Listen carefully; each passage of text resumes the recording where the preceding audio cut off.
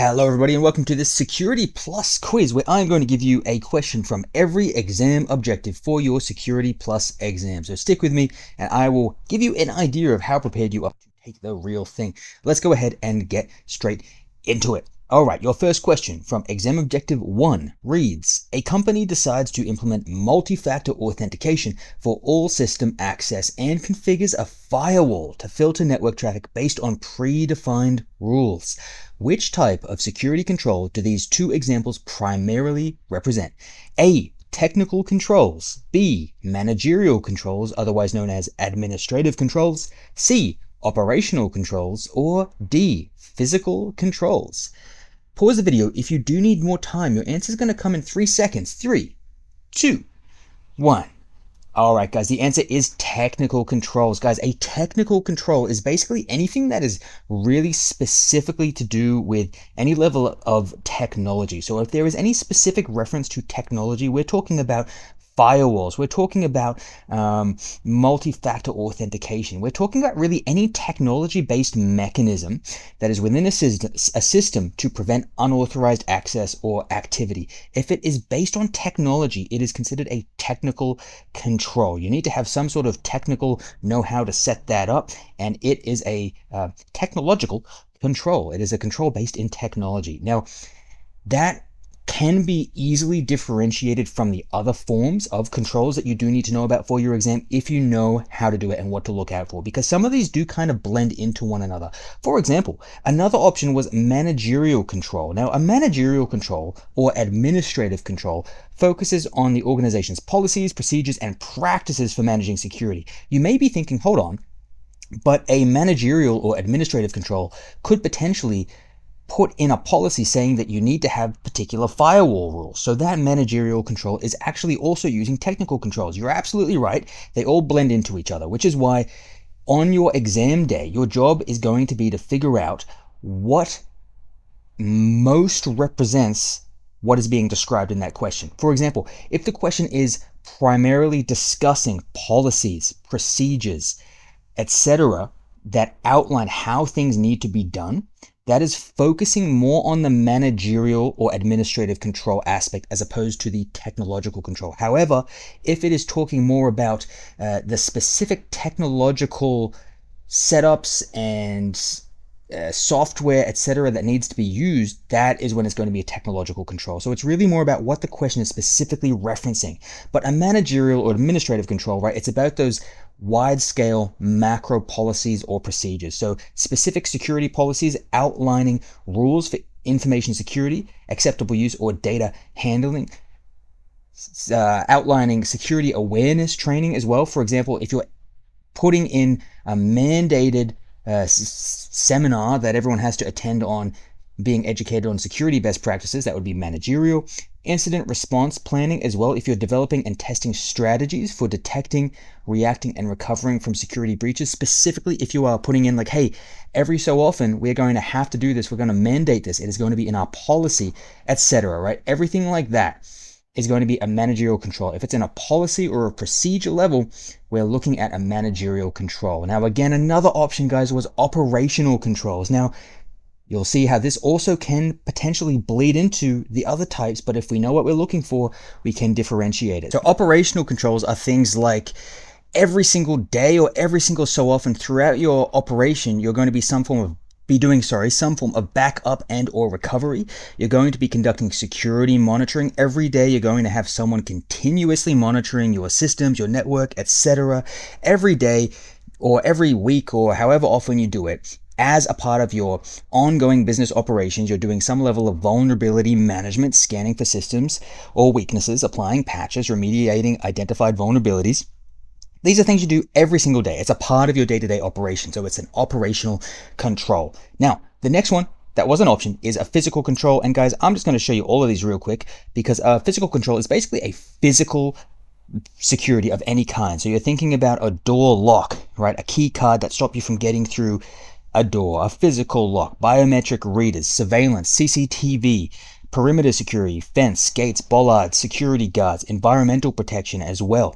All right, these are your physical controls. They are physical things in the realm of reality that protect from physical threats. Now, That came from exam objective 1.1, specifically looking at the categories of security controls. You will need to be able to identify those for your exam, and you can have a look at the different control types there that you'll also need to know about. Now, the next question reads, an attacker registers a domain name such as Amazon.com or PayPal.com using a capital I instead of a lowercase I. This malicious domain is then used to host a fake website designed to steal credentials from users who make a typing error when entering the URL. Which attack vector is being described? A. Typo squatting. B. Watering hole. C. Pretexting. Or D. Brand impersonation. Your answer coming in 3 seconds. Pause the video if you need more time. 3, 2, 1. That's right, your answer is absolutely going to be A, typo squatting. Guys, typo squatting is when, as you can see in the image to the right here, you make a slight mistake in typing and someone has actually stolen that malware. For example, instead of, what example have I given here? Have I given one? No, instead of saying journey-to-cyber.com, you might have a malicious attacker who's purchased the URL journey with 2 Y's instead of 1 Y to cyber.com. So if you make that typo mistake, that typing mistake, you will then be redirected to you will be directed to a website that has been designed to make you think you're going where you want to go, but it's actually a malicious site. They are relying on you making a typo to take you to a malicious place. All right. The other options there was a watering hole attack, and essentially that's where you have somewhere that if you have a target, it might be a target organization, for example, and there's a place that those people frequently go. You target that place or you target that website where these people frequently go in order to get to them. So you're not targeting the organization directly. You are going to the watering hole, to where, just like out in nature, the lion might go to the watering hole to catch a zebra. These malicious attackers go to the watering hole, which is maybe a cafe down the road or a particular website that these people often visit, and use that to attack them, the watering hole. So they will profile their targets, identify websites commonly frequented by their victims, and target those websites, as I've said just then, as I explained. So that is the watering hole attack. And fundamentally, that's what you need to know for your exam.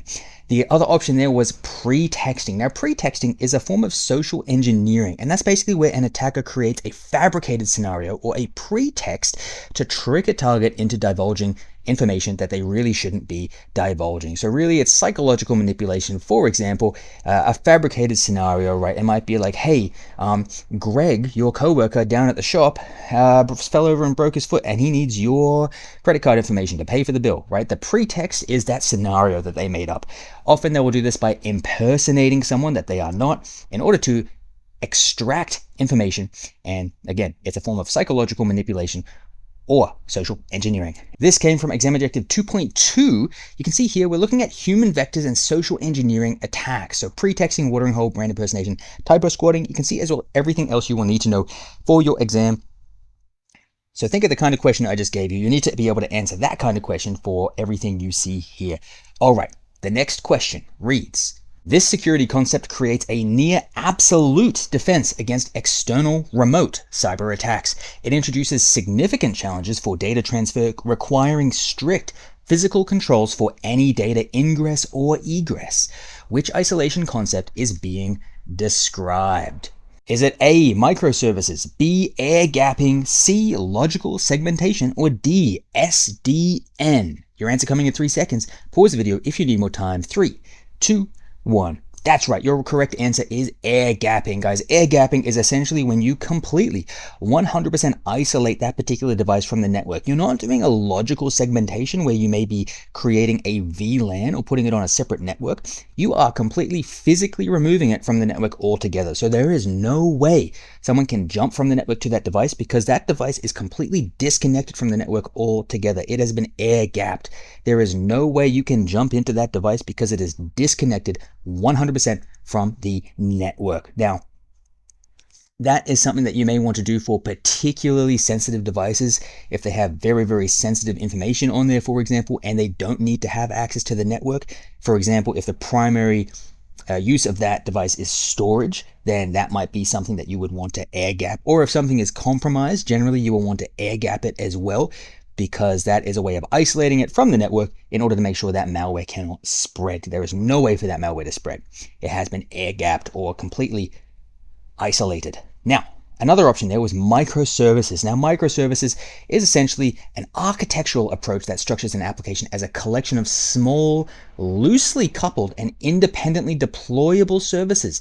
Each service typically focuses on a single business capability and communicates with others through well-defined APIs, enabling greater agility, scalability, and resilience. What does that mean? It's really in the name, guys. It's a microservice. Each individual service is an individual component that is separately managed, essentially. There's independent components. Applications are broken down into small, self-contained services that can be developed, deployed, and scaled independently. Now, long story short, guys, there's a lot of pros here. So, for example, individual services can be scaled up or down based on the demand. So that's great. It does introduce some potential security considerations because now you have a lot of different individual small components that you have to try to manage. So that is a security consideration to take into account in relation to microservices. Another option there was software-defined networking, which was those three letters SDN. What is software-defined networking? It is essentially an architecture that instead of having the networking completely defined by hardware, the hardware is running, but the software is defining how it works, right? Software is able to be programmed and coded to define how that network runs in order to allow for centralized control. So there's a centralized controller managing the entire network, simplifying the configuration, the policy enforcement, monitoring across all devices. So it gives that one point of centralized control, which is very helpful when it comes to managing things. So long story short, you can have a read of all that, but that's basically software-defined networking in a nutshell. You will have to understand the different layers or planes involved in this, but I'm not going to get into that here. All right. Now, that came from Exam Objective 3.1, comparing and contrasting security implications of different architecture models. And I've highlighted the specific components that were in this question, so you can get an idea of what you might need to know here for your exam. The next question reads, a technician systematically walks through a building using specialized measurement equipment and software to analyze and map the RF characteristics of the environment. The purpose of this structured process is to determine the optimal placement of APs, identify sources of interference, assess signal coverage, and ultimately ensure the wireless network meets performance and security requirements. Which specific procedure is being described? Is it A, a heat map, B, a site survey, C, Wi-Fi walking, or D, blue jacking? Just ignore that D is slightly off to the side there. That is a formatting error. Your answer coming in about 3 seconds. 3, 2, 1. That's right. Your answer is B, a site survey. So you might have gotten a little bit tripped up on this because site survey interacts with the heat map. All right. They're kind of two different sides of the same coin, I guess. A site survey is where you are actually doing that comprehensive process of measuring and analyzing the radio frequency signal coverage and the propagation within a specific physical area, meaning you're basically seeing where those access points, how strong they are, where that signal is actually covering. So the procedure is crucial for determining where you're placing your access points. It helps in identifying sources of interference because as you're walking around, you'll experience that dropout, you'll get a representation of that, and you'll be able to actually say, okay, here is not covered because there is interference, and then you can do something about it. So you're assessing your signal strength and coverage, etc., etc. I kind of just said all that, right? Now, the last dot point here is that the results include a heat map, right? So the heat map was another option which you may have picked. The site survey is the process of walking around and determining the coverage area.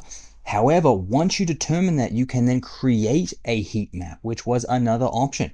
Now, a heat map is basically a visual representation of Wi-Fi coverage. So this is like what it's an artistic representation, I guess, but it's basically showing, hey, like in this circumstance, these heated areas are all covered quite well, but this area in this particular example would not be because it is cold, it is not warm, it is not covered by Wi-Fi, so you're not going to get any signal there. Or in this case, right over here, you can see the signal extends just outside of the building, so that could be a potential security implication or security issue because someone outside can access the internal network. So someone, if they wanted to, could sit down with a laptop and start trying to hack their way into that network. But if you can limit the signal so that it's only within the confines of the building, that is not going to be something that can happen. So just an example of what a heat map might look like. So it's a visual representation. You can identify your weaknesses. For example, I just went through security implication of that there. You can choose, or you can see where the optimal placement may be, and you can make sure that you are actually going to be performing highly, and everywhere you need to be covered is covered. Alrighty. Now, bluejacking was another option here. Basically, I'm just going to put all this out here for you.